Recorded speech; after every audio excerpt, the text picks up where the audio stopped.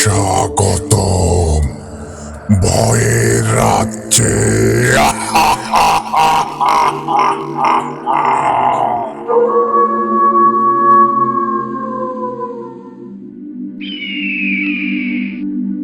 আসসালামু আলাইকুম বন্ধুগণ, সবাইকে স্বাগতম জানাচ্ছি ভূত আড্ডার আয়োজিত ৫,০০০ স্পেশাল এপিসোড নাম্বার ৭-এ।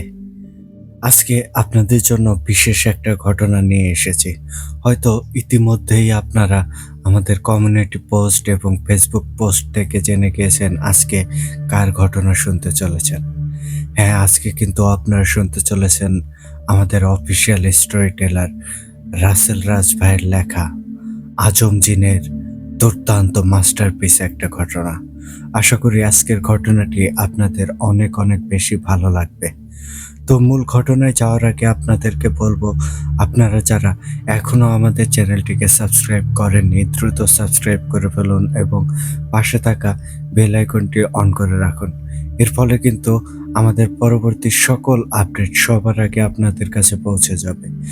আর আপনারাও যদি আমাদেরকে ঘটনা পাঠাতে চান সেক্ষেত্রে আপনাদের কাছে দুইটি ওয়ে আছে।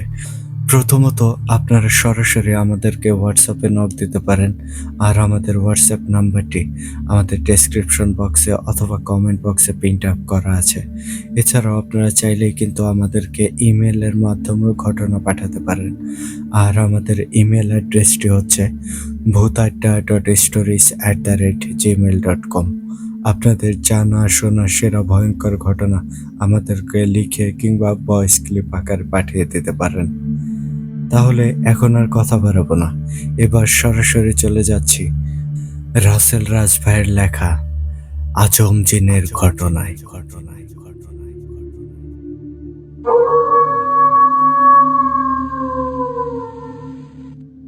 ঘটনাটি আমাকে ঠিক যেইভাবে লিখে পাঠিয়েছেন আমি চেষ্টা করছি ঠিক সেভাবেই আপনাদের মাঝে উপস্থাপন করতে। লিখছেন, আসসালামু আলাইকুম, কেমন আছেন ইমরান ভাই? শ্রোতাবৃন্দ, আপনারা কেমন আছেন? আলহামদুলিল্লাহ, আল্লাহর রহমতে আমি অনেক ভালো আছি। এবার আমার পরিচয়টা দিয়ে নেই। আমার পরিচয়, আমি মোহাম্মদ রাসেল হোসেন রাজ, ভূত আড্ডার একজন অফিসিয়াল স্টোরি টেলার এবং এডিটর। আমার বাসা সাতক্ষীরা জেলা কলারোয়া থানা, গ্রামের নামটা বোয়ালিয়া। আপনারা ইতিমধ্যে হয়তো জেনে গিয়েছেন আজ কোন ঘটনাটা শুনতে যাচ্ছেন। হ্যাঁ, ঠিক তাই, আপনাদের সবার পছন্দের আজম জিনের ঘটনা শুনতে চলেছেন আজ। আর এই ঘটনাটা আমার তরফ থেকে ৫,০০০ স্পেশাল উপলক্ষে আপনাদের জন্য। আর বেশি কথা বাড়াতে চাই না, আসলে আমার বলার মতো কিছু নেই। আপনাদের সকলকে অসংখ্য অসংখ্য ধন্যবাদ আমাদেরকে এত এত ভালোবাসা দেওয়ার জন্য আর ভূত আড্ডার পাশে থাকার জন্য। আমি আশা রাখি সামনে আমাদের পথ চলা আরো সুন্দর হবে এবং আপনারা সব সময় আমাদের পাশে থাকবেন। ইমরান ভাই, আপনাকেও অনেক অনেক ধন্যবাদ। আপনাকে ধন্যবাদ জানানোর ভাষা আমার জানা নেই। যাই হোক, বেশি কথা বাড়ালে ঘটনার মজা নষ্ট হয়ে যাবে, তাই এবার সরাসরি মূল ঘটনায় চলে যাব। তাহলে আর দেরি না করে চলেন শুনে আসি আজকের ঘটনা। প্রিয় শ্রোতাবৃন্দ, ঘটনার ভিতরে অনাকাঙ্ক্ষিত ভুল ত্রুটিগুলো ক্ষমা সমৃদ্ধ দৃষ্টিতে দেখবেন। ঘটনাটা বোঝার জন্য আমি চলে যাচ্ছি আজগর মামার কাছে। আর এখন থেকে পুরো ঘটনাটা আজগর মামা যেমন করে বলেছিল, আমি এখান থেকে পুরো ঘটনাটা তার ভাষায় তুলে ধরছি। বলছেন আজগর মামা। তাহলে বলো, আজ কোন ধরনের ঘটনা শুনতে চাও? তখন আমি বলি, মামা, আপনি আজ এমন একটা ঘটনা বলেন যা শুনে ভয়ে গায়ের লোম দাঁড়িয়ে যাবে। আমার কথা শুনে আজগর মামা একটু মুচকি হাসি দিয়ে বলে, আচ্ছা বুঝেছি, কিন্তু আমার কাছে তো অনেকগুলো ভয়ঙ্কর ঘটনা আছে। তার ভেতর থেকে কোন ঘটনাটা শুনতে চাও সেটা একটু বলো। তখন আমি বলি, মামা, আপনি আগেও আমার সাথে অনেকগুলো ভয়ঙ্কর ঘটনা বলেছেন। আজ এমন একটা ঘটনা বলেন যেটা অনেকটা ভয় এবং অন্যরকম লাগে। তখন আজগর মামা বলল, তাহলে শোনো, মন দিয়ে শুনবে, ঠিক আছে? এটা কিন্তু খুবই অদ্ভুত একটা ঘটনা। এটা শুনে আমি বলি, জি মামা, আপনি শুরু করেন। তখন আজগর মামা বলতে শুরু করলো, আজ থেকে এটা অনেক দিন আগের কথা। আমি তখন বাড়িতে কি যেন একটা কাজ করছিলাম। তখন হঠাৎ করে একটা বাচ্চা ছেলে আমার সামনে এসে হাঁপাতে হাঁপাতে বলে, হুজুর, আমাদের উদ্ধার করেন হুজুর। এটা বলে ছেলেটা অজ্ঞান হয়ে যায় আমার সামনেই। আমি বুঝতেই পারিনি যে এমন কিছু হয়ে যেতে পারে। তখন আমি তাড়াতাড়ি করে ছেলেটার কাছে গিয়ে বুঝতে পারি ছেলেটা অজ্ঞান হয়ে গেছে। তখন আমি ছেলেটাকে তুলে আমার কোলে নিয়ে আমার ঘরের ভেতরে নিয়ে আমার খাটে শুইয়ে দেই। তখন আমি ছেলেটার দিকে একটু ভালো করে তাকিয়ে দেখি ছেলেটার সারা শরীরে ধারালো কিছুর দাগ। আর হ্যাঁ, একটা কথা, ছেলেটার বয়স কত হবে, এই 14 কি 15 বছর। আমি তখন তাড়াতাড়ি করে আমার আম্মাজানকে ডাকি। আমার ডাক শুনে কিছু সময়ের ভেতরেই আম্মাজান চলে আসে আর বলে, আজগর আলী, কি হয়েছে, আমাকে এমন করে ডাকলো কেন? তখন আমি বলি, মা দেখো না, এই ছেলেটা আমাদের বাড়ির সামনে এসে অজ্ঞান হয়ে গিয়েছে, তাই তোমাকে ডাকলাম। তখন আমার মা তাকালো সেই ছেলেটার দিকে। তখন আমার মাও দেখতে পায় ছেলেটার শরীরে সেই কাটাছেঁড়ার দাগগুলো। কিছু সময় পরে মা বলে, আজগর আলী, এই ছেলের শরীরে এগুলো কিসের দাগ? তখন আমি বলি, মা এটা আমি কি করে জানবো? আমি তো এই ছেলেটাকে কিছু সময় আগেই দেখেছি। আমি তো এই ছেলেটাকে চিনি না। আমার কথা শুনে মা বলে, আজগর আলী, এই ছেলে কি কিছু বলেছে তোমাকে? উত্তরে আমি বলি, মা, এই ছেলেটা চিৎকার করে কিছু একটা বলেছিল, কিন্তু আমার ঠিক মনে নেই। কিন্তু মা, আমি একটা জিনিস খুব ভালো করেই দেখছিলাম। সেটা হলো ছেলেটা যখন চিৎকার করে কথাগুলো বলছিল, তখন আমি দেখলাম ছেলেটার চোখে মুখে একটা ভয়ের ছাপ। এটা শুনে আমার মা বলে, আজগর আলী, এটা তোমার কাজ, আমার এতে কিছু করার নেই। আমি মায়ের কথা শুনে কিছু বুঝতে না পেরে বলি, মা, তোমার কথা ঠিক বুঝতে পারলাম না, একটু বুঝিয়ে বলো না। তখন মা বলে, আজগর আলী, আমি বলতে চাইছি এই ছেলেটা কোনো একটা সমস্যায় পড়ে তোমার কাছে এসেছে, এটা তুমি সমাধান করবে, আমি এটাই বলেছি। মায়ের কথা শুনে আমি এবার সবকিছু বুঝতে পারলাম। তারপরে আমি মাকে বলি, মা, তুমি একটু বাইরে যাও, আমি কিছু সময়ের ভেতরেই তোমাকে ডাকছি। আমাকে জানতেই হবে এই ছেলের কি সমস্যা আর সে কি এমন বলতে চেয়েছিল। তখন আমার মা সেখান থেকে চলে যায়। তারপরে আমি দরজা বন্ধ করে ছেলেটার পাশে গিয়ে বসি আর ভাবি আমি এখন কি করব। ঠিক তখনই আমি দেখি ছেলেটার শরীর থর থর থর থর করে কাঁপছে। তখন আমি দ্রুত দোয়া পরে ছেলেটার শরীরে ফু দেই। সাথে সাথে মনে হলো যেন তার শরীরের ভেতর থেকে একটা লাল রঙের ধোঁয়ার কুণ্ডলী বের হয়ে গেল। তখন আমি আরো বেশ কিছু দোয়া পাঠ করে তার শরীরে একের পর এক ফু দিতে থাকি। কিন্তু অনেকটা সময় হয়ে গেল, কিন্তু আমি তখন আর আমার আশেপাশে কোনো জিনের অস্তিত্ব বুঝতে পারছিলাম না। একটা সময় আমি দেখি ছেলেটার হাতের আঙুল নড়ছে। তখন আমি আরো দেখি ছেলেটার চোখের পলক ফেলছে। আর এমন করে একটা সময় ছেলেটা আমার সামনে উঠে বসে। তখন আমি তাকে কিছু বলতেই যাব, ঠিক তখনই ছেলেটা আমাকে বলে, আমার ক্ষুধা লেগেছে, একটু খাবার খাওয়াবেন? তখন আমি কোনো কথা না বলে পাশের ঘরে গিয়ে তার জন্য ভাত বেড়ে নিয়ে আসি। আর তারপরে সে আমাকে কোনো কিছু না বলে সোজা আমার হাত থেকে প্লেটটা নিয়ে খাওয়া শুরু করলো। আমি এটাতে তেমন একটা অবাক হই না, কারণ ছেলেটার মুখ দেখে আমার প্রথমেই মনে হয়েছিল ওর অনেক বেশি ক্ষুধা লেগেছে। কিছু সময় পরে তার খাওয়া শেষ হয়। তখন আমি তাকে বলি, আচ্ছা, তুমি কি এখন সুস্থ আছো? উত্তরে ছেলেটা আমার দিকে তাকিয়ে বলে, জি, আলহামদুলিল্লাহ, আমি এখন ভালো আছি। কিন্তু আমি এখন কোথায় আছি? সাথে সাথে আমি বলি, ছোট ভাই, তুমি মনে করার চেষ্টা করো তুমি কোথায় থেকে এসেছো আর তোমাদের গ্রামটা কোথায়। তখন ছেলেটা বলে, হ্যাঁ, আমার মনে পড়েছে, আমি তো এসেছিলাম সাহায্যের জন্য। আমাদের গ্রামের ওপরে শয়তানি ছায়া রয়েছে, সে এক এক করে সব গ্রামবাসীদের মেরে ফেলছে। তখন আমি তার কথার আগামাথা কিছুই না বুঝতে পেরে বলি, আমি তোমার কথা তো কিছুই বুঝতে পারছি না, একটু বুঝিয়ে বলো। তখন ছেলেটা বলে, এখান থেকে অনেক দূরে আমার বাড়ি। তখন আমি বলি, অনেক দূরে বলতে ঠিক কতটা দূরে? আমার কথা শুনে ছেলেটা বলে, জি আমাদের বাড়ি এখান থেকে অনেক অনেক দূর, মানে প্রায় 15 দিনের মতো লাগতে পারে। তখন আমি ছেলেটার মুখে এমন কথা শুনে বেশ অবাক হয়ে যাই আর বলি, মানে তুমি কি তাহলে সেখান থেকে হেঁটে হেঁটে এসেছো? তখন সে বলে, জি ঠিক তাই, আমি এই 15 দিন ধরে এখানে এসেছি। আপনি কি পারবেন আমাদের সাহায্য করতে, ওই শয়তানের হাত থেকে আমাদের গ্রামটাকে উদ্ধার করতে? তখন আমি একবারই বলে দেই, হ্যাঁ, আল্লাহ চাইলে আমি তোমাদের সহ পুরো গ্রামটাকে উদ্ধার করব ইনশাআল্লাহ। এবার বলো তো কি সমস্যা হয়েছিল? তখন আমার কথা শুনে ছেলেটা বলে, তাহলে শোনেন, এটা বেশ কয়েকদিন আগের কথা। হঠাৎ একদিন রাতে আমাদের গ্রামের মানুষ সবাই স্বপ্নে দেখে আমাদের গ্রামের শেষ মাথায় একটা ছোট জঙ্গল আছে, আর সেই জঙ্গলের ভেতরে একটা কুয়া, আর সেই কুয়ার ভেতরে অনেক সোনা রূপা আরো অনেক ধন সম্পদ রাখা আছে। এমনকি এই সম্পদটা আমিও দেখেছিলাম। তখন এই সম্পদটা দেখে সবাই ঘুম থেকে লাফিয়ে উঠে পড়ি, আর সেই রাতের বেলাতেই অনেকেই সেই কুয়ার সন্ধানে বের হয়। এটা বলার সাথে সাথে ছেলেটা যেই না আরো কিছু বলতে যাবে, ঠিক তখনই আমার চোখের সামনে একটা কালো ধোঁয়া এসে ছেলেটার শরীরে প্রবেশ করে। সাথে সাথে ছেলেটা নিজের হাত দিয়ে নিজের মাথাটা একটানে মুচড়ে দেয়।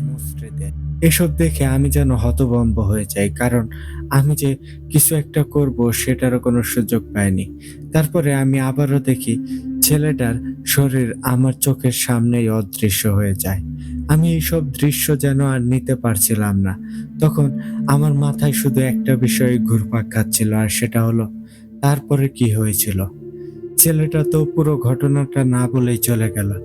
এখন তাহলে এই সমস্যার সমাধান কি করে করব? ঠিক তখনই আমি খেয়াল করি আমার চারপাশে ঘুটঘুটে অন্ধকারে ছেয়ে গিয়েছে। প্রকৃতি যেন ভয়ঙ্কর কোনো শক্তিশালী কিছু অস্তিত্ব জানান দিচ্ছে। সাথে সাথে আমার ঘরের চালের ওপর ঝপ করে কিছু একটা পড়ার আওয়াজ পেলাম।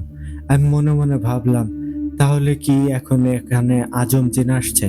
হঠাৎ করে আমার চোখের সামনে একটা কালো ধোঁয়ার কুণ্ডলী আমার ঘরের ভেতরে আসে, আর সেই ধোঁয়ার কুণ্ডলীটা আমার সামনে এসে ভয়ঙ্কর একটা দানবের আকৃতি নিয়ে আমার সামনে আসে। আমি ভয় পেয়ে যাই তাকে দেখে, কারণ আজম জিনকে আমি চিনতে পারছি না কেন? তার সাথে তো আমার অনেক দিনের বন্ধুত্ব, আর আজ কিনা আমি তাকে চিনতে পারছি না। এইসব ভাবছিলাম, হঠাৎ করে আমার সামনে থাকা দানবটা বলল, হুজুর, আপনি এত চিন্তা ভাবনা করেন না। আমি আপনার বন্ধু আজম জিন। এটা শুনে আমি বলি, আসসালামু আলাইকুম, কেমন আছো বন্ধু? তখন আমি একটা বিষয় দেখে খুবই অবাক হই, আর সেটা হলো আমি আজম জিনকে সালাম দেওয়ার পরে সে সালামের উত্তর না দিয়ে বলে, হুজুর, এত কথা বলার সময় নেই, পরে কথা বলা যাবে। আগে আপনাকে ওই শয়তানদের হাত থেকে গ্রামটাকে উদ্ধার করতে হবে। চলেন। আমি আরো অবাক হয়ে গেলাম। এটারও একটা বড় কারণ আছে, সেটা হলো আজম জিন কখনো আমাকে আপনি করে বলেনি এর আগে। তাহলে এটা কে? সে আমাকে হুজুর হুজুর বলছে কেন? আর এটা যদি আমার বন্ধু আজম জিন না হয়, তাহলে আজম জিন এখন কোথায় আছে? হঠাৎ আমার সামনে থাকা সেই জিনটা বলে, হুজুর, কি হলো? আপনি কি চান না ওই গ্রামের নিরীহ মানুষদের বাঁচাতে? তখন আমি মনে মনে ভাবলাম, আমার জানতেই হবে এই জিন শয়তানটা আমার কাছে কি চায়। আর আমার সাথে আমার আল্লাহ আছে, আর সাথে সাথে আমার মায়ের দোয়া আছে, ইনশাআল্লাহ আমার কিছু হবে না। তখন সেই জিনটাকে উদ্দেশ্য করে বলি, আমি যাব, চলো। তারপরে সে আমাকে বলে, হুজুর, আপনার চোখটা বন্ধ করেন। সাথে সাথে আমার চোখ বন্ধ করে দাঁড়িয়ে থাকি। কিছু সময় পরে আমি নিজেকে শূন্য অনুভব করি। আমি তখন মনে মনে অনেক ভয় পাচ্ছিলাম, কিন্তু আমি বুঝতেও দিচ্ছিলাম না, আর সেও বুঝতে পারছিল না। বেশ কিছু সময় পরে সে আমাকে একটা গ্রামে নিয়ে যায়। সেখানে আমি কোনো মানুষকে দেখতে পাচ্ছিলাম না। যেন এমনটা মনে হচ্ছিল সেখানে কত যুগ ধরে ওই গ্রামে কোনো মানুষ থাকে না। হঠাৎ একটা আওয়াজ আমার কানে আসে। আওয়াজটা শুনে মনে হচ্ছে অনেকজনে মিলে বলছে, ভাস্কর, তুই এখন এসেছিস। সব শেষ হয়ে গেলে তুই এসেছিস। এখন আর কিছু হওয়ার নয়। আমার সব কাজ শেষ। এই প্রোগ্রামটা এখন একমাত্র আমার। আর একটা কথা মন দিয়ে শুনে রাখ তুই, আজ আমার হাতেই মরবি। আজ আর কেউ তোকে আমার হাত থেকে বাঁচাতে পারবে না। তার এমন কথা শুনে হাসিটা শুনে আমার একটুর জন্য মনে হলো আমি এখনই পাগল হয়ে যাব। তার কথাটা আমার কানে বারবার প্রতিধ্বনিত হতে থাকে। তখন আমি আমার কান দুটি চেপে ধরে চিৎকার করে আমার বন্ধু আজম জিনকে ডাকতে থাকি। কিন্তু না, আজম জিনের কোনো সাড়া শব্দ আমার কানে আসে না। এমনকি আমি তখন তার অস্তিত্বও বুঝতে পারছিলাম না। হঠাৎ আবারও আমার কানে ভেসে আসে সেই ভয়ঙ্কর হাসি, যেটা বারবার আমার কানে প্রতিধ্বনিত হচ্ছিল। তখন সেই ভয়ঙ্কর কণ্ঠে হাসতে হাসতে আবারও বলে, তুই যাকে এখানে ডাকছিস সে এখানে আসতে পারবে না। এটা তোদের পৃথিবী না যে তোকে যে কেউ এসে বাঁচিয়ে নিয়ে যাবে। এই প্রোগ্রামটা এখন আমাদের। এটা শুনে আমি আবারও ভয় পেয়ে গেলাম। কিছু সময় পরে আমি আমার শরীরটা বন্ধ করে নেই।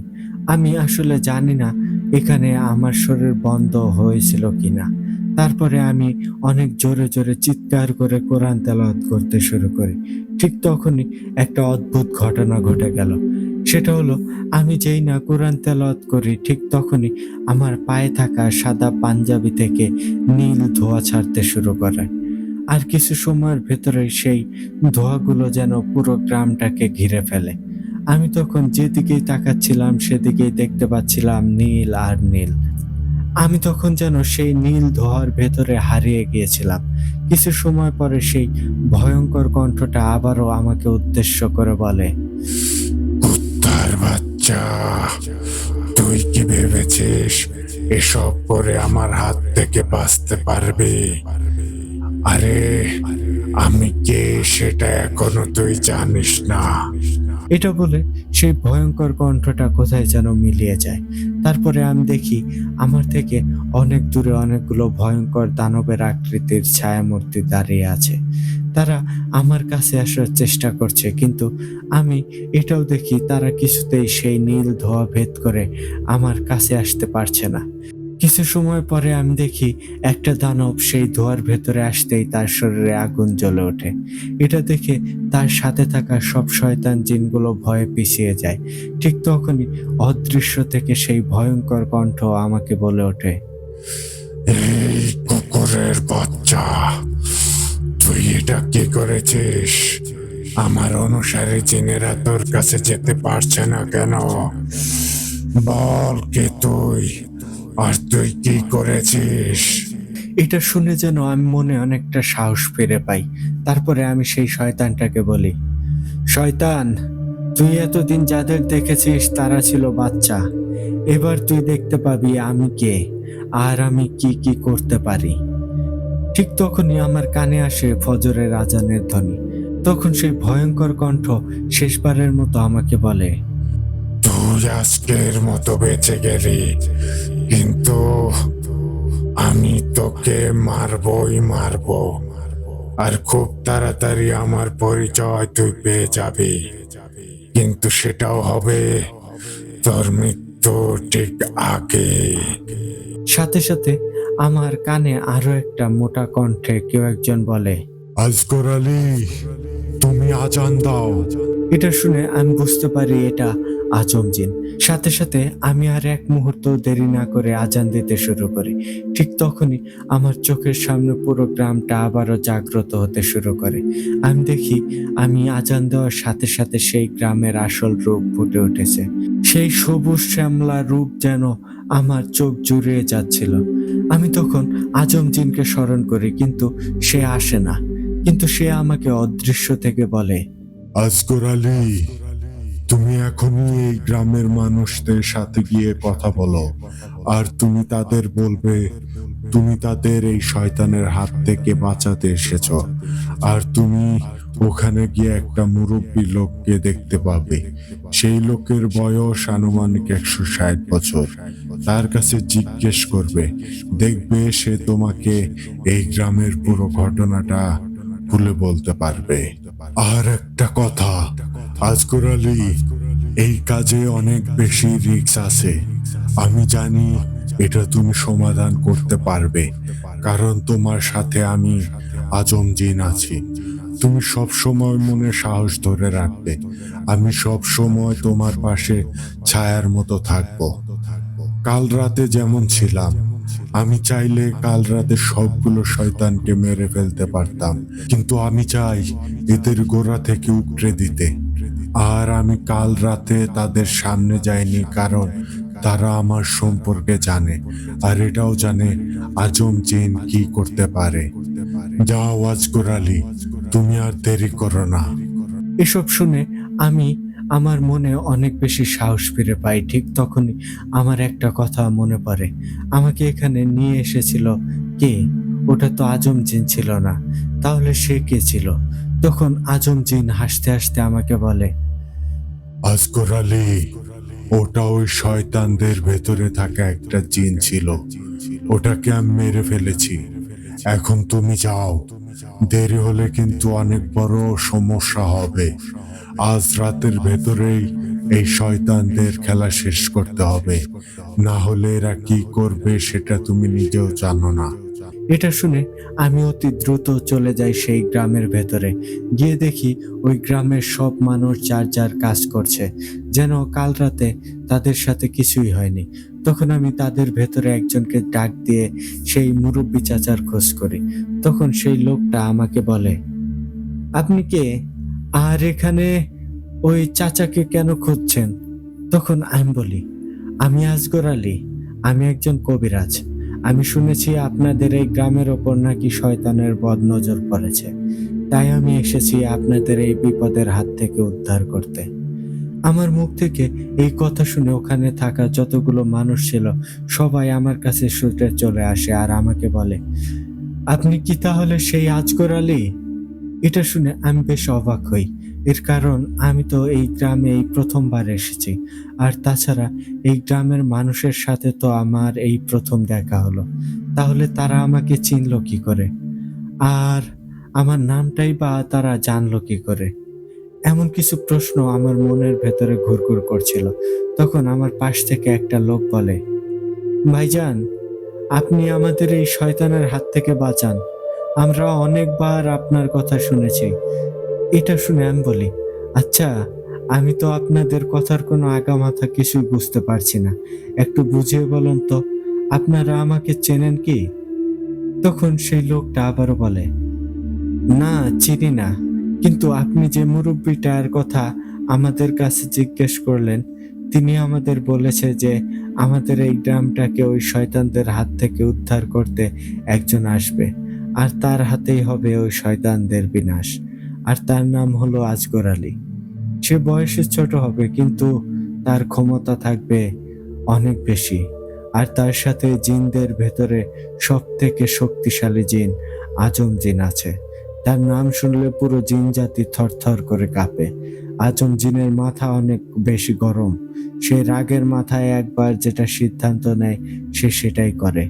আর ভুল করেও যদি কোনো শয়তান জিন তার সামনে পড়ে যায়, তাহলে তাকে বাঁচাতে পারে এমন শক্তি এই পৃথিবীতে কারোর নেই। এসব শুনে আমি তো বেশ অবাক হয়ে যাই। আর পরক্ষণেই তাদের বলি, আচ্ছা, এখন সবকিছু বুঝলাম, কিন্তু আপনারা এত বড় বিপদের ভেতরে থেকেও এমন খোলামেলা ভাবে এখানে কাজ করছেন কেন? আপনারা তো ভালো করেই জানেন যখন তখন ওই শয়তান জিনগুলো আপনাদের উপর আবারও আক্রমণ করতে পারে।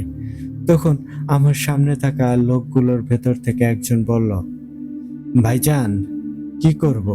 একদিন তো মরতে হবেই। আর কাজ না করলে আমরা খাবো কি? তখন আমি বুঝতে পারি আসলে এই গ্রামের মানুষগুলো অনেক গরিব। আর এখন তারা অনেক অসহায় হয়ে পড়েছে। তাই এই সময়ে ঘরের ভেতরে না থেকে কাজ করছে জীবনের ঝুঁকি নিয়ে। তখন আমি বলি, আচ্ছা, আপনারা ওই মুরুব্বি চাচার কাছে আমাকে নিয়ে চলেন। আর বেশি দেরি করা ঠিক হবে না। তখন তারা আমাকে নিয়ে একটা মাটির বাড়ির সামনে যায় আর বলে, ভাইজান, এটাই সেই চাচার বাড়ি।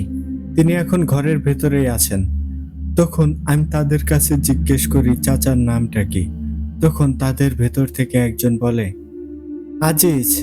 সেও একজন কবিরাজ, কিন্তু এখন তার বয়স হয়েছে, তাই সে আর এইসব কাজ করতে পারে না।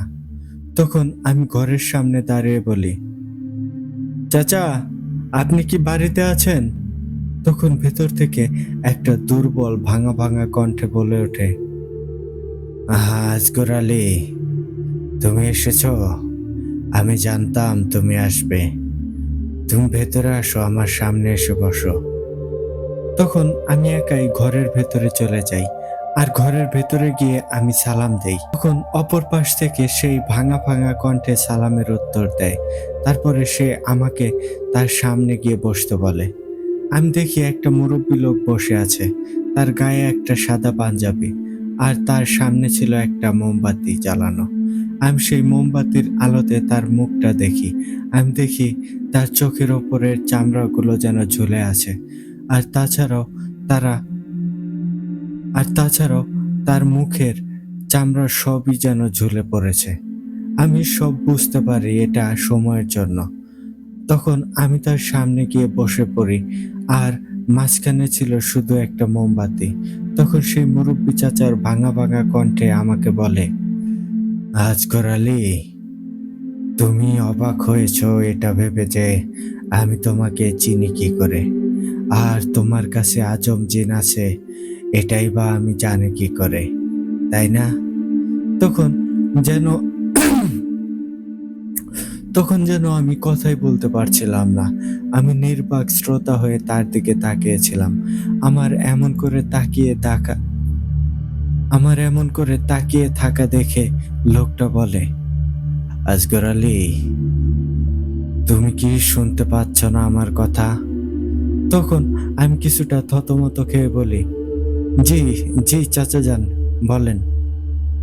এরপরে সে বলতে শুরু করলো, আজগর আলী, আমি যুবক বয়সে তোমার মতোই অনেক বড় একটা কবিরাজ ছিলাম। যত খারাপ জিন ছিল সব কয়টা আমার নাম শুনলে পালিয়ে যেত। এখন কিনা বয়সের ভারে নিজেকে ঠিক মতো দাঁড় করাতে পারি না। আর ওই সব কাজ করা তো অনেক দূরের কথা।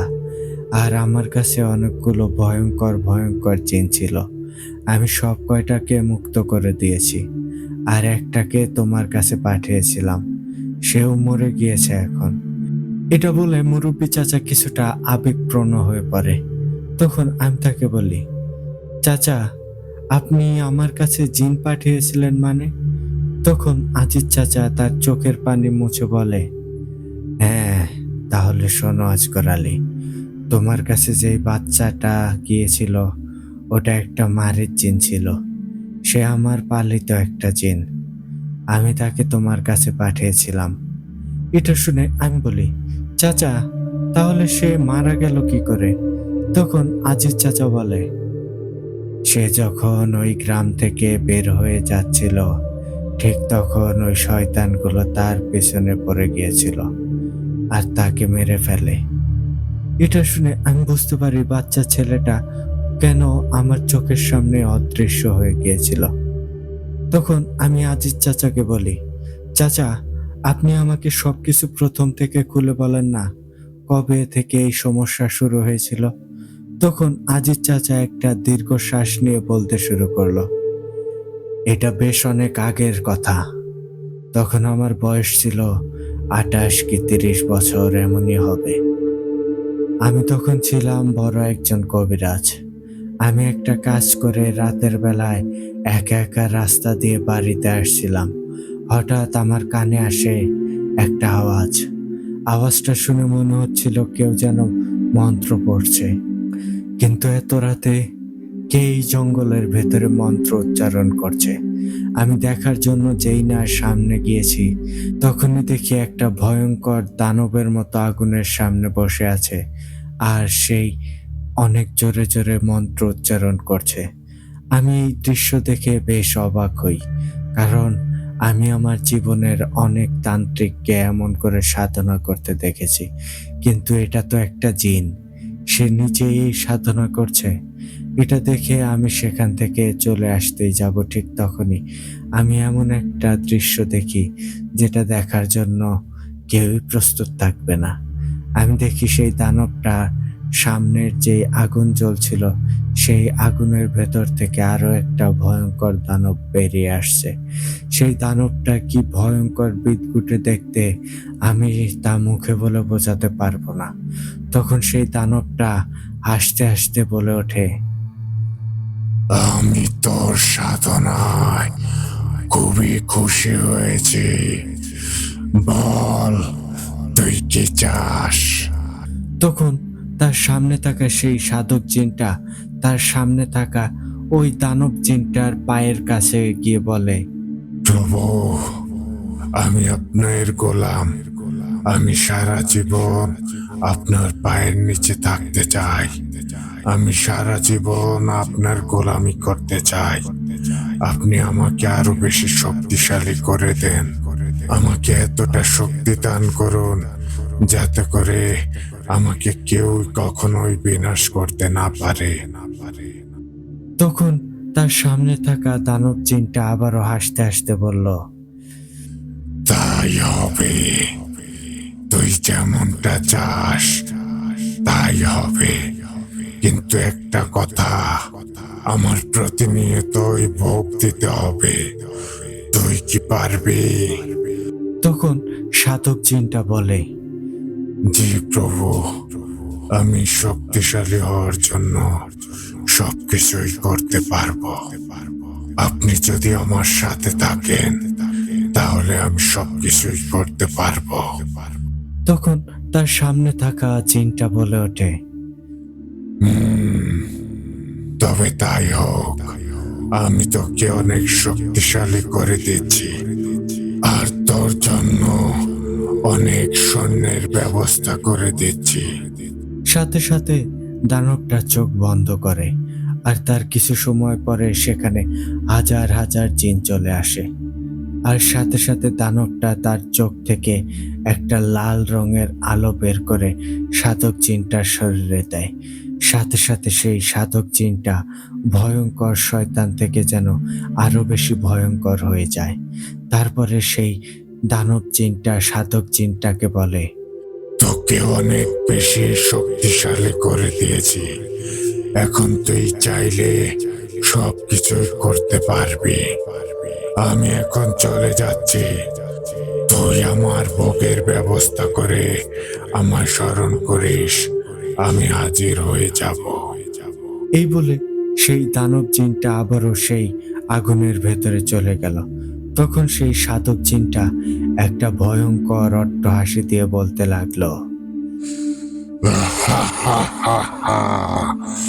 আর কিছুদিন মাত্র, তারপরে আমি হব এই জাহানের বাদশাহ। আমাকে আর কেউ আটকাতে পারবে না।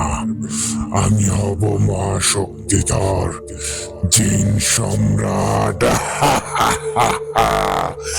তখন এই পৃথিবী থাকবে আমার হাতের মুঠোতে। এসব দৃশ্য দেখে আমি যেন তখন নিজের চোখকেই বিশ্বাস করাতে পারছিলাম না। আমি বারবার আমার চোখ কষলে দেখে নিচ্ছিলাম, কিন্তু আমি তখন সত্যিই ওই সব দৃশ্য আমার চোখের সামনেই দেখতে পাচ্ছিলাম। আমি তখনই পিছনে ঘুরে চলে আসতে যাব, ঠিক তখনই আমার সামনে একটা কালো ছায়া চলে আসে আর আমাকে বলে, কিসে আছিস? কই যাস? আমাদের দেখেছিস, কথাও শুনলি, আর এত তাড়াতাড়ি বাড়িতেও ফিরে যাবি? সেটা তো হতে পারে না। অভাবটার কথা শুনে আমি বেশ ভয় পেয়ে যাই, কারণ আমি এত সময় যা যা দেখেছি তাহলে সব কিছুই তারা জানে। তখন আমি বলি, এই শয়তান, তোরা আমার রাস্তা ছেড়ে দে বলে দিলাম, না হলে কিন্তু। আমার কথা শুনে আমার সামনে থাকা অভাবটা হাসতে হাসতে বলল, আছিস কবিরাজ, তুই আমাদের কি করবি? আমরা এখানে কতজন আছি সেটা তুই কি ঠিক মতো জানিস? তখন আমি অনেকটা রেগে গিয়ে বলি, শয়তান, তোরা এখানে কারা আছিস বা তোরা কতজন আছিস এসব জেনে আমার কোনো কাজ নেই, আমার রাস্তা ছাড়। এবার অভাবটা আমার কথায় অনেক বেশি রেগে গেল। কিছু সময় পরেই অভাবটা আমার উপরে ঝাঁপিয়ে পড়তে যাবে, ঠিক তখনই আমার কিছু জিন চলে আসে। সাথে সাথে সেখানে বিশাল এক ভয়ঙ্কর যুদ্ধ লেগে গেল। আমার একটা জিন ছিল, তার নামটাও ছিল আমার নামের নাম, তার নামও আজিজ। সে অনেক বেশি শক্তিশালী একজন জিন ছিল। সে যেন এসেই সেখানে থাকা বদ জিনদের ধরে ধরে মাথা ছিঁড়ে ফেলছিল। কিছু সময় পরে শয়তানগুলো অনেক ক্লান্ত হয়ে যায়। তারা কিছুতেই যেন আজিজের সাথে পেরে উঠছিল না। তখন তারা বুঝতে পারে আজিজ জিনকে হারানোর মতো ক্ষমতা তাদের নেই। তখন তাড়াতাড়ি করে সেখান থেকে তারা পালিয়ে যায়।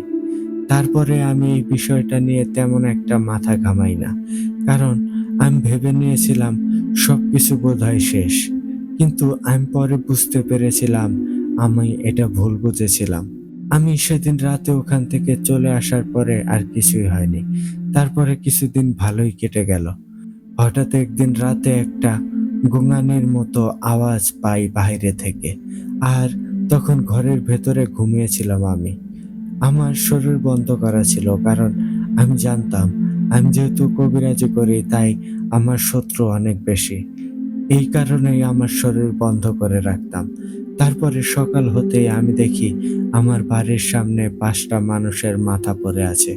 দেখে মনে হচ্ছে কেউ একজন মাথা ৫টা কেটে আমার বাড়ির উঠানে রেখেছে। তখন আমি আর বেশি কিছু না ভেবে মাথা ৫টার কাছে যাই। আর তখন আমি দেখি আমার পাশের বাড়িতে যারা থাকতো এইগুলো তাদের মাথা। কিন্তু এদের মারলো কে? তখন আমি তাদের ঘরে গিয়ে দেখি তাদের মাথাবিহীন নিথর দেহগুলো পড়ে আছে মাটিতে। তারপরে আমি তাদের লাশের পাশে গিয়ে দেখি তাদের সারা শরীরে বড় বড় নখের দাগ, আর তাদের সবারই পেটের নাড়িভুড়ি বাহিরে পড়ে আছে। আমি তাদের এমন ভয়ঙ্কর মৃত্যু দেখে যেন ভয়ে আঁতকে উঠেছিলাম। ঠিক তখনই আমার মনে পড়ে আজিজ জিনের কথা। আমি তাড়াতাড়ি করে আমার ঘরে এসেই আজিজ জিনকে স্মরণ করি। ঠিক তখনই আজিজ জিন এসে আমাকে সালাম দিয়ে বলে, হুজুর, আমি জানি আপনি কি নিয়ে চিন্তিত। আজিজ জিনের মুখে এমন কথা শুনে আমি বলি, বন্ধু, তাহলে বলো না এইসব কি করে হলো? তখন আজিজ জিন আমাকে চমকে দিয়ে কিছু কথা বলে। সে বলে, হুজুর, তাহলে শোনেন, আপনি সেদিন সে আপনি সেদিন যেই সাধক জিনটাকে দেখেছিলেন না, এটা তার কাজ। কাল রাতে সে আপনাকে মারতে এসেছিল, কিন্তু আপনার ঘর এবং আপনার শরীর বন্ধ থাকার কারণে তারা আপনার কাছে যেতে পারে না। তাই তারা রাগে রাগে আপনার প্রতিবেশীকে মেরে চলে গিয়েছে, আর বুঝে গিয়েছে তারা অনেক বেশি শক্তিশালী জিন। তখন আমি বলি, বন্ধু, তাহলে এখন কি করব? আর এই মৃত্যুর খেলা বন্ধ করবই বা কিভাবে? তখন আমার কথার উত্তরে আজিজ জিন বলে, হুজুর, আপনি ঠান্ডা হন, আমি বিষয়টা দেখছি। আমি ওই শয়তানদের বিষয়ে খোঁজ খবর নিয়ে আসছি। এটা বলেই আজিজ জিন আমার সামনে থেকে চলে যায়। তারপরে অনেক দিন এমন করে কেটে যায়। আর প্রতিদিন সকালে ঘুম থেকে উঠে দেখতাম আমার বাড়ির সামনে আরো ৫টা করে মাথা পড়ে আছে। কিন্তু আরো একটা বিষয় নিয়ে চিন্তায় পড়ে যাই। আর সেটা হলো এর ভেতরে একদিনের জন্য আজিজ জিন আমার সাথে দেখা করতে আসেনি। এমন করেই আরো ১৫ দিন কেটে যায়। কিন্তু তারপরেও সেই প্রতিদিনের মতোই আমার বাড়ির সামনে ৫টা করে মাথা পড়ে থাকতো। আমাদের গ্রামের মানুষ যেন দিনের বেলাতেও তখন ঘর থেকে বের হতে ভয় পেত। হঠাৎ একদিন আমার প্রচণ্ড রাগ হয়ে যায়। এর কারণ হলো আমি প্রতিদিন এত লাশ দেখেছিলাম, আমি আর সহ্যই করতে পারছিলাম না। আমার যেন ধৈর্যের বাঁধ ভেঙে গিয়েছিল। আমি তখন সিদ্ধান্ত নেই আমার কাছে থাকা সব কয়টা জিনদের আজ ডাকবো। আর এই খেলাটা শেষ করব। ঠিক তাই করি। আমি গভীর রাতে আমাদের বাড়ির পাশের একটা বড় ফাঁকা মাঠে গিয়ে আমার সব বন্ধু জিনদের স্মরণ করি। কিছু সময়ের ভেতরে তারা একের পর এক চলে আসে। আমি আগে কখনো ধারণা করতে পারিনি আমার কাছে এত বন্ধুজন ছিল।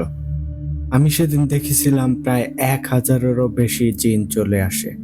কিছু সময় পরে আমি সবাইকে সালাম দিয়ে বলি, আসসালামু আলাইকুম। আজিজ জিন কি এসেছে? তখন আমার সামনে থাকা বন্ধু জিনগুলোর ভেতর থেকে একজন আমাকে বলে, না, আজিজ হুজুর এখনো আসেননি। ঠিক তখনই আজিজ জিন সেখানে চলে আসে আর আমাকে সালাম দিয়ে বলে, বন্ধু, তোমার সাথে আমি দেখা করতে আসতে পারিনি। এর পেছনে অনেক বড় একটা কারণ আছে। আজিজ জিনের মুখে এমন কথা শুনে আমি বলি, কি কারণ সেটা বলেন। তখন আজিজ জিন বলতে শুরু করলো, আসলে আমি এই শয়তান জিনদের বিষয়ে খোঁজ খবর নেওয়ার অনেক চেষ্টা করেছি, আর এখনো করে যাচ্ছি। কিন্তু আমি এতদিন খোঁজ খবর নিয়ে যতটা জানতে পেরেছি, সেটা শুনলে শুধু তুমি না, এখানে থাকা সকল বন্ধু জিনেরাও অবাক হতে বাধ্য হবে। আজিজ জিনের কথার ভেতরে আবারও কথা বলি আমি বলি, আপনি একটু বুঝিয়ে বলেন না, আমি তো কিছুই বুঝতে পারছি না। তখন আজিজ জিন আবারও বলতে শুরু করলো, হ্যাঁ, তাহলে সবাই মন দিয়ে আমার কথা শোনেন। আমি এতদিন খোঁজ খবর নিয়ে জানতে পেরেছি, এই শয়তান সাধক জিন কোনো সাধারণ জিন না। এর সাথে সরাসরি ইবলিশ শয়তানের যোগাযোগ আছে, আর সে প্রতিনিয়ত ইবলিশ শয়তানের হয়ে কাজ করে যাচ্ছে। আর তার জন্য শয়তান তাকে অনেক বেশি শক্তি দিচ্ছে। আর এখন সে এতটা শক্তিশালী এবং সাথে এতটা ভয়ঙ্কর হয়ে উঠেছে যে তাকে শেষ করা আমাদের পক্ষে সম্ভব না। আমাদের মতো হাজার হাজার জিন আসলেও তার সাথে পেরে উঠবে না। সে ইবলিশ শয়তানের খুব কাছের একটা জিন হয়ে উঠেছে, আর এখন তার যা ভালো মনে হয় তাই করে, কিন্তু কেউ তাকে থামাতে পারে না। আমি আবারও আজিজ জিনকে থামিয়ে দিয়ে বলি, তাই বলে সে কেন আমাদের গ্রামের মানুষদের মেরে ফেলবে? তখন আজিজ জিন বলে, না বন্ধু, তুমি জানো না, এই শয়তান নিজে আসে না, সে তার অনুসারী জিনদের পাঠিয়েছে। আর তুমি যেহেতু তাদের দেখেছিলে সাধনা করার সময়, তাই সে এখন তোমাদের এই গ্রামটাকেই প্রথমে অ্যাটাক করেছে। আর ইতিমধ্যে তোমার আশেপাশের কিছু কিছু গ্রামে এরা তাদের কুদৃষ্টি দিয়ে ফেলেছে। আর এদের যদি থামানো না যায়, তাহলে কিছুদিনের ভেতরেই এরা যে কি করবে, এটা আমিও বলে বোঝাতে পারবো না তোমাদেরকে। তখন আমি আজিজ জিনের কথা শুনে অনেক বেশি চিন্তায় পড়ে যাই। তারপরে আমি আবারও আজিজ জিনকে বলি, বন্ধু, সবকিছু তো বুঝতে পারছি, কিন্তু ওরা আমাদের বাড়ির সামনে কেন মানুষের মাথা কেটে ফেলে রেখে যাচ্ছে? তখন আজিজ জিন বলে, কারণ ওরা জানতে পেরেছে তুমি বড় একজন কবিরাজ, তাই ওরা তোমাকে ভয় দেখাচ্ছে, আর ওদের শক্তি তোমাকে বোঝানোর চেষ্টা করছে। যাতে করে তুমি এই কাজে কোনো প্রকার ঝামেলা না করো। এটা শুনে আমি আজিজ জিনকে বলি, তাহলে আমি এখন কি করব? আমি তো কিছুই বুঝতে পারছি না। তখন আজিজ জিন বলে, বন্ধু, আমি তোমাকে বলেছি ওদের একেবারে শেষ করা যাবে না, কিন্তু আমরা চাইলে ওদের কিছু কালের জন্য বন্দি করে রাখতে পারি। তখন আমি বলি, সেটা কি করে?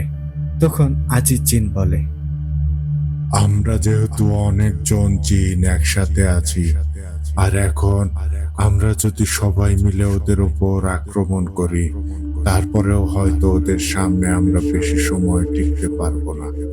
কিন্তু এখানে একটু বুদ্ধি খাটিয়ে কাজ করতে হবে। তখন আমি বলি, কিন্তু কি করে কি করব? আমি তো কিছুই বুঝতে পারছি না। তখন আজিজ জিন বলে, আমি দেখছি সবকিছু। সাথে সাথে আজিজ জিন ওখানে থাকা কিছু ভালো জিনদের বলে, ওই পাশের জঙ্গলের ভেতরে একটা কুয়া করতে হবে। তখন তারা চলে যায়। কিছু সময়ের ভেতরে তারা এসে বলে, হুজুর, কাজ শেষ। তখন আমি দেখি আজিজ জিন চোখ বন্ধ করে আকাশের দিকে তাকিয়ে কিছু একটা পরে তার হাত দুইটা উঁচু করে। তার কিছু সময় পরে তার হাতটা নিচে নামিয়ে সেই ভালো জিনদের দিকে নিয়ে হাতের মুষ্টিটা খুলে আর বলে, এখানে 5টা তাবিজ আছে। এবার তোমরা ওই কুয়োর ওখানে গিয়ে এখান থেকে 4টা তাবিজ ওই কুয়ার চারপাশে পুঁতে দেবে, আর একটা তোমাদের কাছে রেখে দেবে। ওটা ওই শয়তানদের কুয়ার ভেতরে বন্দি করার পরে মাটি চাপা দেওয়ার পরে মধ্যেখানে পুঁতে দিতে হবে, তাহলে ওরা ওর ভেতরে বন্দি হয়ে যাবে। সাথে সাথে সেই ভালো জিনদের একটা জিন চলে যায় আজিজ জিনের হাত থেকে তাবিজ নিতে, আর তাদের কাজ শেষ করে চলে আসে। তখন আজিজ জিন আমাদের সবাইকে উদ্দেশ্য করে বলে, এবার তোমরা সবাই আমার কথাগুলো একটু বেশি মন দিয়ে শুনবে। আমরা এতকাল যেই কাজ করেছি সেইগুলো ছিল সাধারণ, কিন্তু এই কাজটা হলো আমাদের জীবনের সবচেয়ে বড় এবং ভয়ঙ্কর কাজ। এই কাজ করা মানে নিজের মৃত্যুকে অনেক কাছ থেকে দেখা, আর এই কাজ করতে গিয়ে আমাদের জীবনও চলে যেতে পারে। এটা শুনে সেখানে থাকা সব জিন একসাথে বলে, আমরা প্রস্তুত আছি। এই শয়তানদের সাথে যুদ্ধ করতে গিয়ে যদি আমাদের মৃত্যু হয়, তাতেও কোনো আফসোস নেই। এটা শুনে আজিজ জিন বলে, তাহলে তোমরা সবাই প্রস্তুত হয়ে থেকো। আল্লাহ চাইলে আমরা এই শয়তানদের কাল রাতেই বন্দি করব। আর তোমরা এখন সবাই চলে যাও, আর আমি ডাকলেই আবার চলে আসবে। সাথে সাথে আমার সামনে থেকে সবাই চলে যায়। তখন আজিজ জিন আমাকে বলে, বন্ধু, তুমি তো সবকিছুই শুনলে। তুমি কি পারবে এই কাজে আমাদের সাহায্য করতে?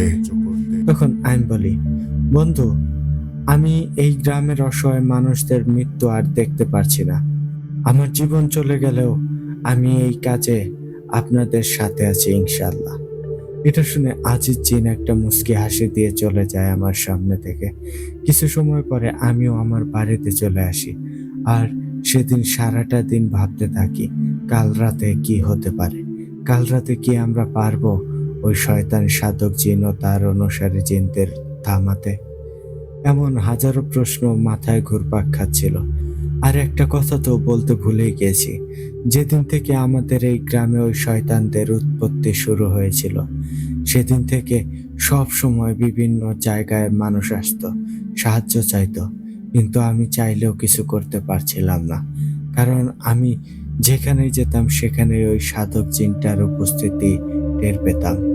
কিন্তু ওরা আমাকে কখনোই মারার চেষ্টা করেনি, কিন্তু ওরা বারবার আমাকে ভয় দেখিয়ে এই কাজে হাত দিতে মানা করত। যাই হোক, আবারও মূল ঘটনায় ফিরি। সেই দিনটা কোনো রকম করে চলে গেল। তারপরের রাত আসলো, আর যেই না রাত গভীর হয়েছে ঠিক তখনই আমার ঘরের ভেতর আমার কিছু বন্ধু জিন চলে আসে। তখন আমি শুয়েছিলাম। আমি তাদের দেখে জিজ্ঞেস করি, কি ব্যাপার, আপনারা এখানে এখন? উত্তরে তারা বলে, হুজুর, আপনাকে নিয়ে যেতে এসেছি। ভুলে গিয়েছেন নাকি আজ কি করতে হবে? তখন আমার মনে পড়ে যায় কাল রাতের সব কথা। আসলে আমি প্রচন্ড চিন্তায় সবকিছু ভুলে গিয়েছিলাম। আমার রাতের কথা মনে পড়তে আমি আর বিছানা ছেড়ে উঠে পড়ি আর বাইরে গিয়ে অজু করে নেই। তারপরে আমার বন্ধু জিনদের সাথে সেই কুয়ার পাশে চলে যাই। আর সেখানে গিয়ে দেখি সেখানে আজিজ জিন সহ আমার সব বন্ধু জিন আগে থেকেই আমার জন্য অপেক্ষা করছে। তখন আজিজ জিন সহ সবাই আমাকে দেখে সালাম দেয়।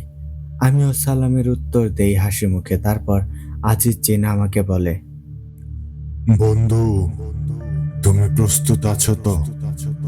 তখন আমি বলি, জি জি, আমি সবকিছুর জন্য প্রস্তুত। তখন আজিজ জিন সেখানে থাকা সব জিনেদের বলে, আজ এই শয়তানদের বন্দী করতে হলে আমাদের ভেতরে অনেকজনকে জীবন দিতে হতে পারে। এটা শুনে সেখানে থাকা সব জিন একসাথে বলে, আমরা জীবন দেওয়ার জন্য প্রস্তুত আছি। এটা শুনে আজিজ জিন আমাকে শিখিয়ে দেয় কি করে ওই শয়তান সাধক জিনকে এখানে হাজির করতে হবে। আরও সাথে কিছু দোয়া বলে দেয় আর আমার শরীর বন্ধ করে নিতে বলে। এইগুলো বলে তারা একপাশে গিয়ে দাঁড়িয়ে থাকে আর দূর থেকে চিৎকার করে আজিজ জিন আমাকে বলে, আর দেরি করো না, এবার তুমি তোমার কাজ শুরু করো। সাথে সাথে আমি দোয়া পড়া শুরু করি আর এক মনে সাধক জিনকে স্মরণ করি। এমন করেই বেশ কিছু সময় কেটে যায়। হঠাৎ আমার চারপাশে ঝড়ো হাওয়া বইতে শুরু করে আর সাথে সাথে কেমন যেন একটা বটকা দুর্গন্ধ আসে আমার নাকে। ধীরে ধীরে গন্ধটা আমার কাছে চলে আসে আর একটা সময় আমি দেখি আমার থেকে কিছুটা দূরে দাঁড়িয়ে আছে হাজার হাজার শয়তান জিন। তাদের সব কয়টার শরীর থেকে যেন আগুনের লাভা গড়িয়ে গড়িয়ে পড়ছিল আর চোখগুলো ছিল ভয়ঙ্কর রক্তবর্ণের। তাদের এমন ভয়ঙ্কর রূপ দেখে আমার হার্টবিট যেন দ্বিগুণ বেড়ে যায়। তখন তাদের ভেতর থেকে একটা ভয়ঙ্কর জিন সামনে এসে বলে, কিরে আজিজ কবিরাজ, তোর মরার এত শখ আগে জানতাম না তো। আমরা তোকে অনেকবার সাবধান করেছি, কিন্তু তোর তো কুকুরের লেজ। তুই এত সহজে আমাদের কথাটা বুঝতে পারিসনি, আর তাই তোর ডাক শুনে চলে আসলাম। আজ আমি এখানে এসেছি তোকে মৃত্যু দিতে।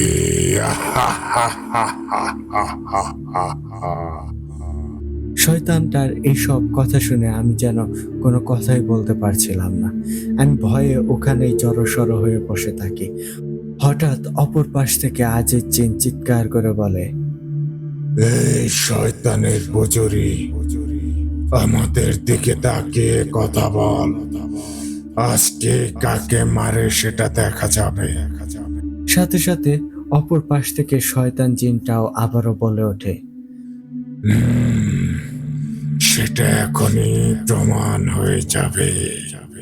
এটা বলে শয়তান জিনটা তার পেছনে থাকা তার অনুসারী জিনদের বলে, এই তোরা যা, আর এখনই ওদের সব কয়টাকে শেষ করে দিয়ে আয়।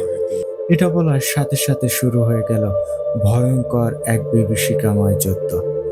আমি যেন তখন জোরে জোরে কোরআন তেলাওয়াত করছিলাম আর আল্লাহর কাছে দোয়া করছিলাম আমার বন্ধু জিনদের জন্য। অনেকটা সময় চলে গেল, কিন্তু আমি কিছুই বুঝতে পারছি না কারা কাদের বেশি মারছে। এটারও একটা কারণ আছে, আর সেটা হলো তারা যেখানে যুদ্ধ করছিল সেখানে শুধু ঝড়ো হাওয়া বইছিল আর তার জন্য সেখানে ধুলিবালি উঠে যাচ্ছিল। আর একে তো রাতের বেলা, এই কারণে আমি কিছুই দেখতে পাচ্ছিলাম না। এমন করে 2 ঘন্টারও বেশি সময় কেটে যায়, তারপরেও তাদের থামার কোনো যেন নামগন্ধই নেই। তখনই আমি শুনছিলাম ভয়ঙ্কর সব চিৎকার আর হাহাকারের প্রতিধ্বনি। হঠাৎ করে সেখানে সবকিছু নিশ্চুপ হয়ে যায়। তারপরে আমি আস্তে আস্তে সামনের দিকে এগিয়ে গিয়ে দেখি সেখানে হাজার হাজার জিনদের মৃতদেহ পড়ে আছে। তখন আমি কি করব বুঝতে পারছিলাম না। আমি যেন কান্না করে দিয়েছিলাম। আমি চিৎকার করে বলছিলাম, আজিজ, আমার বন্ধু, তুমি কই? আমাদের এই ছোট্ট একটা গ্রামকে বাঁচাতে গিয়ে আজ তোমাকে ওই শয়তানদের হাতে মরতে হলো। তোমার এই আত্মত্যাগের কথা আমি সহ এই গ্রামের সবাই মনে করবে। কিছু সময় পরে আমি দেখি সেই কুয়ার দিক থেকে আজিজ জিন সহ তার সাথে কিছু বন্ধু জিন আহত অবস্থায় আমার দিকে এগিয়ে আসছে। তারা যেই না আমার সামনে এসেছে ঠিক তখনই আজিজ জিনের সাথে থাকা বন্ধু জিনেরা মাটিতে লুটিয়ে পড়ে। এটা দেখে আমি কান্না করতে করতে বলি, বন্ধুরা, তোমাদের কি হয়েছে? তোমরা ওঠো, আমি তোমাদের ছেড়ে কি করে বাঁচবো? তখন আজিজ জিন আমাকে কাঁপা কাঁপা কণ্ঠে বলে, বন্ধু, ওদের আর ডাকলেও উঠে দাঁড়াতে পারবে না, কারণ ওরা মারা গিয়েছে। তখন আমি বলি, ওরা মারা গিয়েছে? তাহলে সেই শয়তান জিনগুলো কোথায়? তখন আজিজ জিন বলে, বন্ধু, আমরা আমাদের সব শক্তি এক করে তাদের সাথে যুদ্ধ করেছি, কিন্তু তাদেরকে প্রাণে মারতে পারিনি। কিন্তু তাদের সব কয়টা জিনদেরকে ওই কুয়ার ভেতরে বন্দি করেছি। আমি নিজেও জানি না ওরা কতদিন ওখানে বন্দি থাকবে। কিন্তু বন্ধু, আমি আমার সর্বশক্তি দিয়ে এই কাজ করেছি, আর আমার সাথে যারা ছিল সবাই আজ মারা গিয়েছে। শুধু আমি একাই কোনো রকমে বেঁচে ফিরেছি। এসব শুনে আমি আরো বেশি কান্না করতে থাকি। তখন আজিজ জিন আমাকে বলে, বন্ধু, তুমি কান্না করো না। যেটা হবার সেটা তো হবেই। এটা নিয়ে আর বেশি ভেবে লাভ নেই। এখন চলো, আমাদের বন্ধু জিনদের দাফন করতে হবে। কিছু সময় পরে আমি আর আজিজ জিন আমাদের সেই বন্ধু জিনেদের জানাজা পড়ে কবর দিয়ে দেই।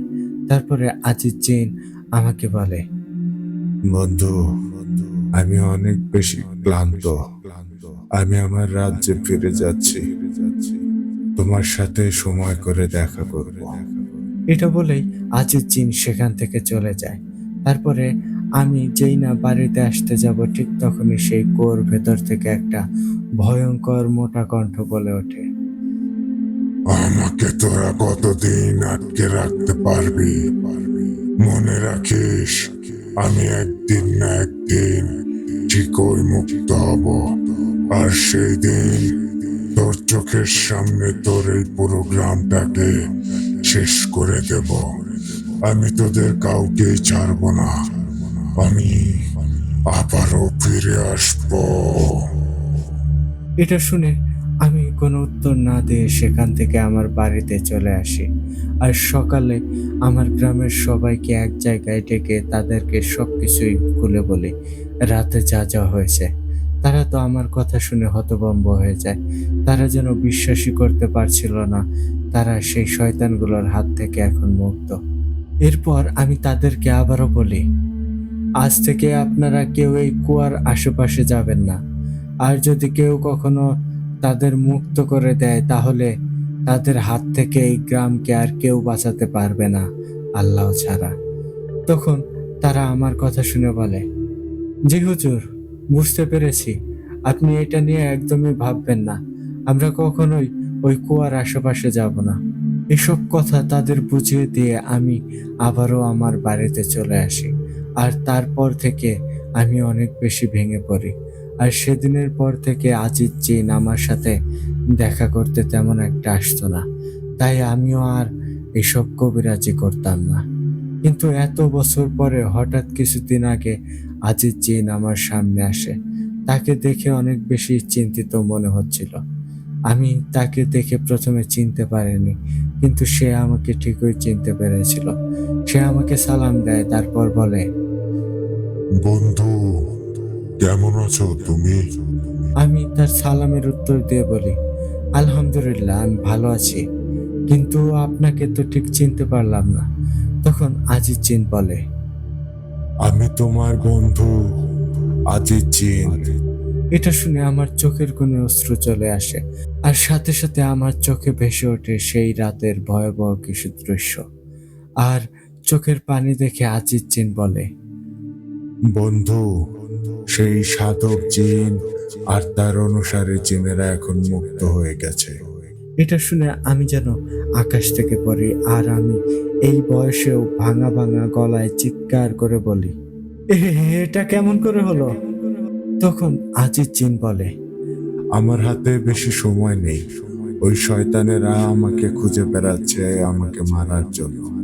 আমাকে একবার সামনে পেলে জানে মেরে ফেলবে, আর তারপরে এই গ্রামের সবাইকে। আর তাই আমি তোমাকে সবকিছুই অল্প ভাষায় বলছি। এটা শুনে আমি মুখ দিয়ে কোনো কথাই বলতে পারছিলাম না। তখন আজিজ জিন বলতে শুরু করলো, বন্ধু, তাহলে মন দিয়ে শোনো। আমরা যখন ওই শয়তানদের ওই কুয়ার ভেতরে বন্দি করি, ঠিক তখন থেকে ওই সাধক জিন ওই কুয়ার ভেতরেই তার সাধনা শুরু করে। আর এত বছর সাধনা করার পরে ইবলিস শয়তান তার উপরে আরো বেশি খুশি হয়, আর তার কাছে জিজ্ঞেস করে সে কি চায়। তখন সে বলে সে ওই কুয়ার ভেতর থেকে মুক্ত হতে চায়। তখন ইবলিস শয়তান জানায় তাই হবে, কিন্তু একটা শর্ত আছে। তখন সেই সাধক জিন জানতে চায় কি শর্ত। তখন সেই ইবলিস শয়তান জানায় তাকে ওখান থেকে বের করবে, কিন্তু সে ওখান থেকে বের হওয়ার পরে ইবলিস শয়তানের নামে এই গ্রামের সব মানুষকে ভোগ দিতে হবে। তখন সেই সাধক জিন তাতেই রাজি হয়ে যায়। তারপর থেকে ইবলিস শয়তান প্রতিদিন রাতে এই গ্রামের মানুষদের স্বপ্নে এসে তাদেরকে বলে তাদের গ্রামের পাশে জঙ্গলের ভেতরে একটা কুয়ার ভেতর অনেক ধন সম্পদ আছে। সে যদি ওইগুলো নিয়ে যেতে চায় তাহলে যেন সে রাতে গিয়ে কুয়োর উপরের মাটি খুঁড়ে সেই ধন সম্পদ নিয়ে আসে। আর এমন করে 3 দিন দেখানোর পরে একদিন একটা লোক গিয়ে ঠিক তাই করে, যেমনটা শয়তান করতে বলেছিল। আর যে লোক ওখানে গিয়ে তাদের মুক্ত করেছে তাকেই আগে ওখানে মেরে ফেলেছে। আর তারপর থেকে তারা আমাকে খুঁজে বেড়াচ্ছে, আমাকে পেলেই মেরে ফেলবে। আজিজ জিনের মুখে এই কথাগুলো শুনে আমি বলি, হায় আল্লাহ, এখন কি হবে তাহলে? আর এখন তো আমারও সেই শক্তি নেই যে কিছু একটা করব। তখন আজিজ জিন বলে, বন্ধু, একটা উপায় আছে, কিন্তু সেটাও অনেক বেশি ঝুঁকিপূর্ণ হয়ে যায়। তখন আমি বলি, কি কি সেই উপায় বলেন? তখন আজিজ জিন বলে, এই শয়তানদের বিনাশ করতে পারে একজন, আর সে হলো আজম জিন। আজিজ জিনের মুখে আজম জিনের নাম শুনে আমি তো পুরো হতভম্ব হয়ে তাকিয়ে থাকি। তারপরে আমি বলি, আপনি কি ঠিক বলছেন? আজম জিন কি একা তাদের সাথে পারবে?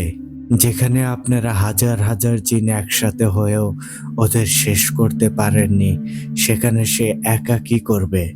তখন আমার কথা শুনে আজিজ জিন আমাকে বলে, বন্ধু, আজম জিন আমাদের মতো কোনো সাধারণ জিন না। সে চাইলে চোখের পলকে এক সাধক জিন সহ তার অনুসারী জিনদের মেরে ফেলতে পারে। এটা শুনে আমি বলি, তাহলে তাকে ডাকেন এখানে। তখন আজিজ জিন বলে, এটাই তো সমস্যা, আমি এখনো তাকে দেখিনি। আমি শুনেছি সে অনেক বেশি রাগী। তার সামনে গিয়ে কেউ মুখ তুলে কথা বলতে পারে না। আর যদি তার মাথা একবার গরম হয়ে যায় তাহলে সে তার সামনে যাকে পায় তাকেই মেরে ফেলে।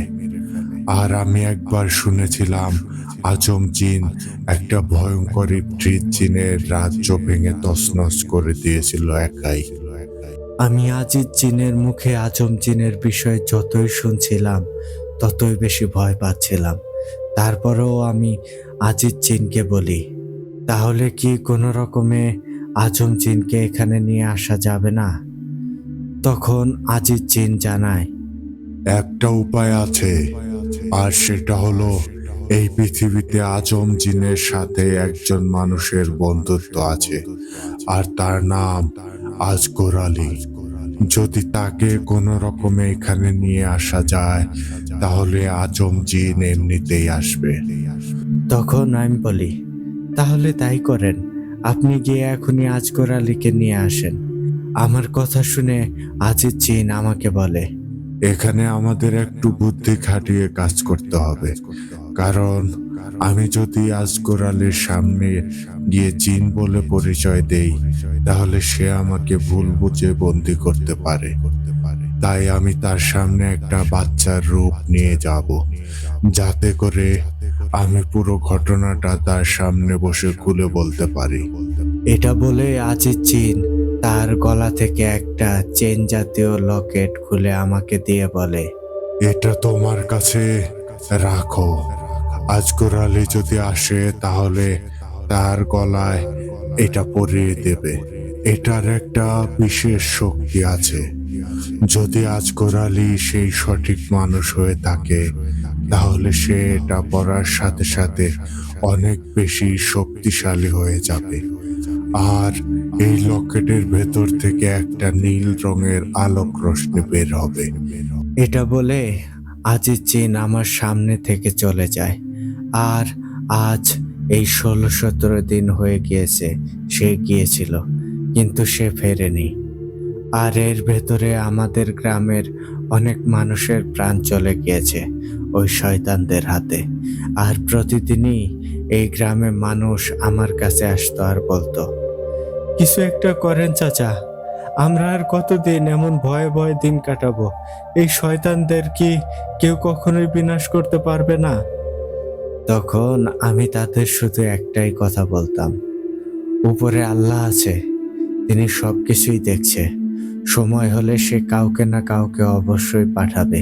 আর খুব তাড়াতাড়ি আমাদের এই গ্রামকে এই শয়তানের হাত থেকে বাঁচাতে আসবে আল্লাহর একজন নেক বান্দা। তার নাম আজগর আলী। নামটা মনে রেখো তোমরা সবাই, তার নাম আজগর আলী। আর সে খুব তাড়াতাড়ি আসবে আমার মন বলছে। আমি এমন করে প্রতিনিয়ত তাদের আশা দিতাম আর তোমার নাম বলতাম, তাই তারা তোমার নাম শুনেই চিনতে পেরেছে। এত সময় আমি সবকিছু শুনছিলাম আজিজ চাচার মুখ থেকে। আমি আজিজ চাচার এই কথাগুলো শুনে চোখের পানি ধরে রাখতে পারিনি। আমি নিজেও কান্না করে দেই। আর ওদিকে তাকিয়ে দেখি আজিজ চাচার চোখেও পানি। এটা দেখে আমি আমার চোখের পানি মুছতে মুছতে বলি, চাচা, আমি চলে এসেছি। আপনারা সবাই এবার ওই শয়তানদের হাত থেকে মুক্তি পাবেন ইনশাআল্লাহ। আমার এই কথা শেষ হতে না হতেই আজিজ চাচা তার গলা থেকে আজিজ জিনের দেওয়া লকেটটা খুলে আমার গলায় পরিয়ে দেয়। আর সাথে সাথে আমার শরীরে একটা বিদ্যুতের শক লাগে। তারপরে আমি অনুভব করি আমার শরীরে এখন আগের থেকেও অনেক বেশি শক্তি আর মনের ভেতর অনেক আত্মবিশ্বাস। আর সাথে সাথে আমি নিচের দিকে তাকিয়ে দেখি আমার গলায় থাকা সেই লকেটের ভেতর থেকে নীল রঙের আলোক রশ্মি বের হচ্ছে। এটা দেখে আজিজ চাচা বলে, আজগর আলী, তুমি সেই বিশেষ মানুষ যার কথা আমার বন্ধু আজিজ জিন বলেছিল। আজিজ চাচার কথা শুনে আমি মনে মনে ভাবি, তাই তো দেখছি, এটা আমার গলায় আসার সাথে সাথেই আমার ভেতরে অনেক পরিবর্তন দেখতে পাচ্ছি। সাথে সাথে মনে হলো আমার মাথার উপরে থাকা ঘরের চালটা উঠে গেল। তখন আমি দেখি বাইরে প্রচন্ড ঝড় বৃষ্টি হচ্ছে। হঠাৎ আবহাওয়ায় এমন পরিবর্তন দেখে আমি থমকে যাই। আর কিছু সময় এমন করে চলে। আচমকা অদৃশ্য থেকে কারো যেন একসাথে ভয়ঙ্কর মোটা কণ্ঠে আমাকে উদ্দেশ্য করে বলে, আজগর আলী, তুই এই মৃত্যু পরিতে কি করতে এসেছিস? এখনো সময় আছে, এখান থেকে চলে যা, চলে যা বলছি। এটা শুনে আমার পাশ থেকে আজিজ চাচা বলে, আজগর আলী, ওই শয়তানরা এখানে আবারও চলে এসেছে। আমি এখন চাইলেও কিছু আর করতে পারবো না, কারণ আমার বয়স হয়েছে। তাই তুমি কিছু একটা করো। এটা শোনার পর আমি শয়তানগুলোকে বলি, আমি আজগর আলী, আমি কখনো কোনো শয়তানের পূজারীকে ভয় পাই না। তোর এত সাহস থাকলে লুকিয়ে লুকিয়ে কথা বলছিস কেন? তোর সাহস থাকলে আমার সামনে এসে কথা বল। আমি এটা বলার সাথে সাথেই শুনতে পাই আজিজ চাচার ঘরের বাইরে অনেকগুলো পায়ের শব্দ। আমি শব্দটা শুনে বুঝতে পারছিলাম যে তারা মাটিতে যখনই পা রাখছে তখনই এই ধূপধাপ শব্দ হচ্ছে। তখন আজিজ চাচাকে বলি, চাচা, তারা তো এখন আপনার বাড়ি একেবারে সামনে দাঁড়িয়ে আছে। আমি একাই বাইরে যাচ্ছি। আপনি এখান থেকে কিছুতেই বের হবেন না। তখন আজিজ চাচা আমাকে একা যেতে দিচ্ছিল না। তখন আমি চাচাকে বলি, চাচা, আপনি এটা নিয়ে বেশি একটা চিন্তা করবেন না। আমি যদি আজ কিছু একটা না করি তাহলে এরা কাউকে বাঁচতে দেবে না। আর এদের শেষ করার জন্যই তো আগে অনেকেই জীবন দিয়েছে। আপনার বন্ধু জিনও মারা গিয়েছে। আর এবার না হয় আমি শেষ একটা চেষ্টা করে দেখি। আমার কথা শুনে চাচা চোখের পানি মুছে বলে, আচ্ছা ঠিক আছে আজগর আলী, আমি আর তোমাকে বাধা দেব না। তুমি যাও আর ওই শয়তানদের উচিত শিক্ষা দিয়ে আসো। আমি অপেক্ষা করব তোমার জন্য। তারপরে আমি দোয়া পড়ে আমার শরীরটা বন্ধ করে বাইরে গিয়ে শয়তানগুলোর সামনে দাঁড়াই। তখন আমি তাদেরকে দেখে রীতিমতো ভয় পেয়ে কিছুটা পিছিয়ে আসি, কারণ তারা সেখানে অসংখ্য অসংখ্য শয়তান ছিল। তাদের সারা শরীর দিয়ে যেন আগুন গলিয়ে গলিয়ে পড়ছিল। কিছু পরে তারা আমাকে বলে, অস্কর, কুত্তার বাচ্চা, তুই কি আজিজ কুকুরের বাচ্চার কাছ থেকে আমাদের সম্পর্কে কিছু শুনিস রে? আমরা কারা আর আমরা কি করতে পারি? তখন আমি তাদের কথা শুনে অনেক বেশি রেগে যাই আর বলি, শয়তান, অনেক হয়েছে, কিন্তু আর না। এবার দেখ, তোদের মৃত্যুকে খুব সামনে থেকে দেখতে পাবি। এটা বলেই আমি আকাশের দিকে তাকিয়ে আজম জিনকে স্মরণ করি। হঠাৎ আমার শরীরে একটা দমকা গরম বাতাস এসে লাগে। সাথে সাথে আমার মাথার উপরের আকাশটা যেন নীল নীল হয়ে যায়। তখন আমি আমার সামনে থাকা শয়তানগুলোর দিকে তাকিয়ে দেখি তারা এদিক ওদিক তাকিয়ে বোঝার চেষ্টা করছে আসলে এখানে কে আসছে। এমন করে কিছু সময় পার হওয়ার পরে হঠাৎ আমার কানে আসে সেই আমার সুপরিচিত ঝনঝন ঝনঝন আওয়াজটা। আমি তখন চিৎকার করে বলি, কিরে শয়তান, এমন করে কি দেখছিস? এখানে এখন তোদের মৃত্যু আসছে। তোরা তোদের মৃত্যুর জন্য প্রস্তুত হয়ে যা। সাথে সাথে আকাশ থেকে একটা নীল রঙের ধোঁয়া আমার সামনে এসে পড়ে।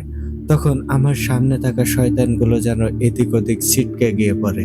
তারপরে আমি দেখি সেই ধোঁয়ার কুণ্ডলটা যেখানে পড়েছে ঠিক সেখান থেকে একটা ভয়ঙ্কর দানবের আকৃতি নিয়ে বেরিয়ে আসছে আমার বন্ধু আজম জিন। কিছু সময়ের মধ্যে আজম জিন আমার পাশে এসে দাঁড়ায়। তখন আজম জিন চিৎকার করে শয়তানগুলোকে বলে, এইটুকুতেই তোরা মাটিতে গড়াগড়ি খাচ্ছিস, আবার তোরা কিনা আমার বন্ধু আজগর আলীকে মারতে আসছিস? তখন আজম জিনের এই ভয়ঙ্কর কণ্ঠতে যেন আমার পায়ের নিচের মাটি কেঁপে কেঁপে উঠছিল। আমি তখন ভয়ে কোনো কথাই বলতে পারছিলাম না। আমি হতভম্ব হয়ে তাকিয়ে তাকিয়ে দেখছিলাম। কিছু সময় পরে শয়তানগুলো মাটিতে উঠে দাঁড়ায় আর হঠাৎ করে সেখানে চলে আসে সেই ভয়াবহ সাধক জিন। সেও অনেক ভয়ঙ্কর দেখতে ছিল। তখন সে ওখানে সেই আজম জিনকে বলে, এই, তুই কে রে? এখানে দেখি উঠে এসে জুড়ে বসেছিস। তখন আজম জিন চিৎকার করে শয়তানটাকে বলে, এই শয়তানের পূজারী, আমি কে তুই দেখতে চাস? আমি যদি আমার পরিচয় দেই তাহলে কি তুই এখানে দাঁড়িয়ে থাকতে পারবি? তুই কি সত্যি জানতে চাস আমি কে? তখন সাধক জিনটা বলে, বল তুই কে, তোর পরিচয় কি? এটা শুনে আজম জিন বলে, আমি তোদের মতো শয়তানদের জম। আমার নাম আজম। আমি আজম জিন।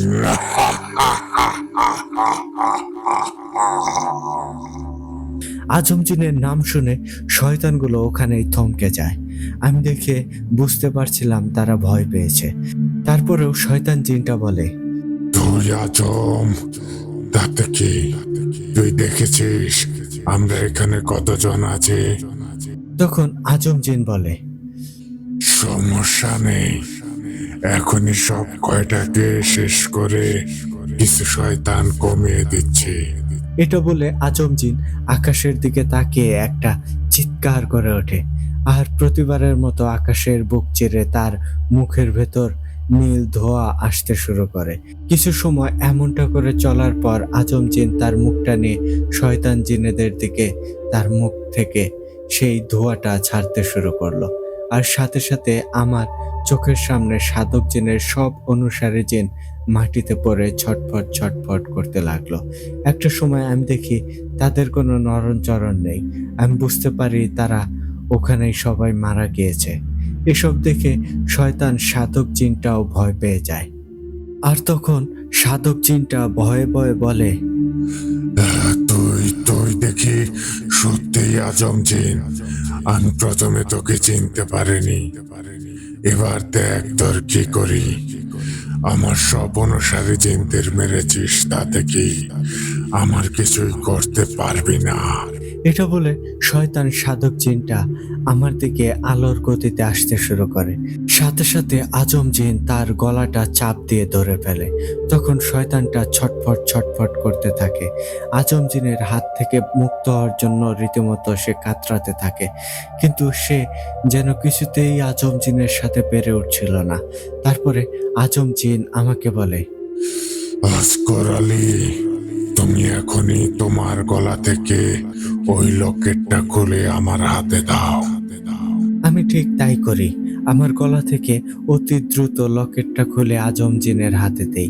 তারপরে আজম জিন সেই লকেটটা আমার হাত থেকে নিয়ে সাধক জিনটার কপালে চেপে ধরে।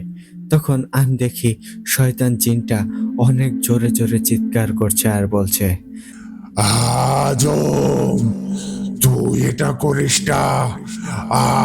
আমাকে জানে মারিস না। আমাকে ছেড়ে দে আজম, আমাকে ছেড়ে দে। এটা বলে শয়তানটা হাওয়ায় মিলিয়ে যায়। তখন আজম জিন আমাকে বলে, ভাস্কর আলী, তুমি আজিজ নামের ওই লোকটার সাথে কথা বলে বাড়িতে আসো। এখানে সব কাজ শেষ। আল্লাহর রহমতে আর কোনো সমস্যা হবে না। এটা বলে আজম জিন আমার সামনে থেকে চলে যায়। তারপরে আমি আবারও আজিজ চাচার ঘরের ভেতরে যাই, আর সেখানে গিয়ে দেখি চাচা জায়নামাজে বসে আল্লাহর কাছে সাহায্য চাচ্ছে। কিছু সময় পরে আজিজ চাচা আমার দিকে তাকিয়ে বলে, আসগর আলী, সব শয়তান কি শেষ? তখন আমি বলি, জি চাচা। তখন চাচা বলে, আলহামদুলিল্লাহ। তারপরে আমি আজিজ চাচাকে বলি, চাচা, আপনি কি জানতেন ওই লকেটটা দিয়ে শয়তান সাধক জিনটাকে মারা যায়? উত্তরে চাচা বলে, এটা আমি সত্যিই জানতাম না, কিন্তু আজম হয়তো জানতো। তখন আমি বলি, হ্যাঁ, হতে পারে। আরো অনেক কথা হয় আজিজ চাচার সাথে। একটা সময় আমি বলি, চাচা, এখন আমার বাড়ি যেতে হবে। তখন আজিজ চাচা বলে, আজগর আলী, তুমি সাবধানে যেও আর নিজের খেয়াল রেখো, আর আমার জন্য দোয়া করবে। বলা তো যায় না কখন উপরওয়ালার ডাক চলে আসে। তখন আমি চাচাকে আল্লাহ হাফেজ বলে সেখান থেকে চলে আসি। আর কিছু দূর আসতেই আমি দেখি আমার থেকে কিছুটা সামনে দাঁড়িয়ে আছে আজম জিনের সেই ঘোড়ার গাড়ি। সাথে সাথেই আমি সেটাতে উঠে বসি, আর তারা আমাকে আমার বাড়িতে রেখে চলে যায়। তো এই ছিল আজকের আজম জিনের ঘটনা। সবাই বেশি বেশি করে কমেন্ট করে জানিয়ে দেবেন আজকের ঘটনাটা কেমন লাগলো। আর যদি সত্যি ভালো লেগে থাকে তাহলে শেয়ার করে দেশ বিদেশে সবার মাঝে ছড়িয়ে দেবেন আপনাদের প্রাণের ভূত আড্ডাকে। আর আপনাদের জন্য রইল মন থেকে দোয়া ও ভালোবাসা। সবসময় ভূত আড্ডার পাশে থাকবেন। আর ইমরান ভাই, আপনাকে কি বলবো, আপনাকে নিয়ে নতুন করে আমার বলার মতো কিছুই নেই। আপনার জন্য সবসময় মন থেকে দোয়া রইল। আর আপনারা ভূত আড্ডার সাথে যারা আছেন তাদের সবাইকে অনেক অনেক ধন্যবাদ জানাই। তো আজকের মতো চলে যাচ্ছি। কথা হবে অন্য কোনো একদিন ভয়ঙ্কর কোনো একটা ঘটনা নিয়ে। ততদিন সবাই ভালো থাকবেন আর আমার জন্য দোয়া করবেন। আসসালামু আলাইকুম।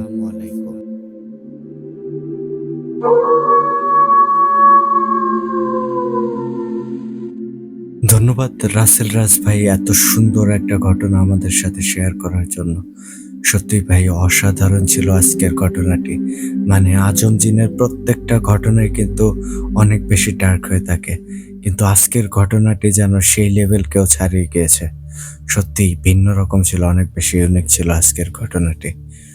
তো প্রিয় লিসেনার্স, আপনারা কিন্তু অবশ্যই কমেন্ট করে জানিয়ে দেবেন রাসেল রাজ ভাইয়ের 5K স্পেশাল এই ঘটনাটি আপনাদের কাছে কেমন লেগেছে। তো এই ছিল আমাদের আজকের আয়োজন। চলে যাওয়ার আগে ওয়ান্স এগেইন রাসেল রাজ ভাই আপনাকে অসংখ্য ধন্যবাদ জানাচ্ছি। সেই সাথে আপনাদেরকেও ধন্যবাদ জানাচ্ছি যারা এতক্ষণ আমাদের ঘটনাটা শুনছিলেন। আর আবারও আপনাদেরকে বলতে চাই, আপনারা যারা এখনো আমাদের চ্যানেলটিকে সাবস্ক্রাইব করেননি, দ্রুত সাবস্ক্রাইব করে ফেলুন এবং পাশে থাকা বেল আইকনটি অন করে রাখুন। এর ফলে কিন্তু আমাদের পরবর্তী সকল আপডেট সবার আগে আপনাদের কাছে পৌঁছে যাবে। আর আপনারাও যদি আমাদেরকে ঘটনা পাঠাতে চান, সেই ক্ষেত্রে আমাদের ডেসক্রিপশন বক্সে অথবা আমাদের কমেন্ট বক্সে আমাদের হোয়াটসঅ্যাপ নাম্বার এবং ইমেল অ্যাড্রেসটি দেওয়া আছে। আপনারা আপনাদের জানা শোনা সেরা ভয়ঙ্কর ঘটনাগুলো আমাদেরকে লিখে কিংবা ভয়েস ক্লিপ আকারে পাঠিয়ে দিতে পারেন। তাহলে আমি ইমরান ইস খান আজকের মতো এখানে বিদায় নিচ্ছি। কথা হচ্ছে আগামী এপিসোডে, অর্থাৎ 5K স্পেশাল এপিসোড নাম্বার 8-এ। আগামীকাল কিন্তু আপনাদের জন্য থাকছে আমার লেখা কাশেম পাগলার একটা ঘটনা। আশা করি আগামীকালের ঘটনাটাও আপনারা অনেক বেশি এনজয় করবেন। তাহলে আগামীকালের আমন্ত্রণ জানিয়ে আজকের মতো আমি বিদায় নিচ্ছি। সবাই ভালো থাকবেন, সুস্থ থাকবেন আর ভূত আড্ডার পাশেই থাকবেন। আসসালামু আলাইকুম।